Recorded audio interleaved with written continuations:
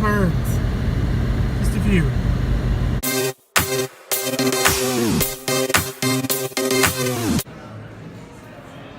Sunday morning is here and we are out having our normal breakfast. And I think they get some dessert. So this Sunday morning we decided to treat ourselves to some dessert. This is let me bring my spoon in, deep fried brownie with vanilla ice cream, whipped cream, caramel chocolate, and candied bacon on top. I may not be able to walk after this. I hope you're not afraid of birds because, holy cow.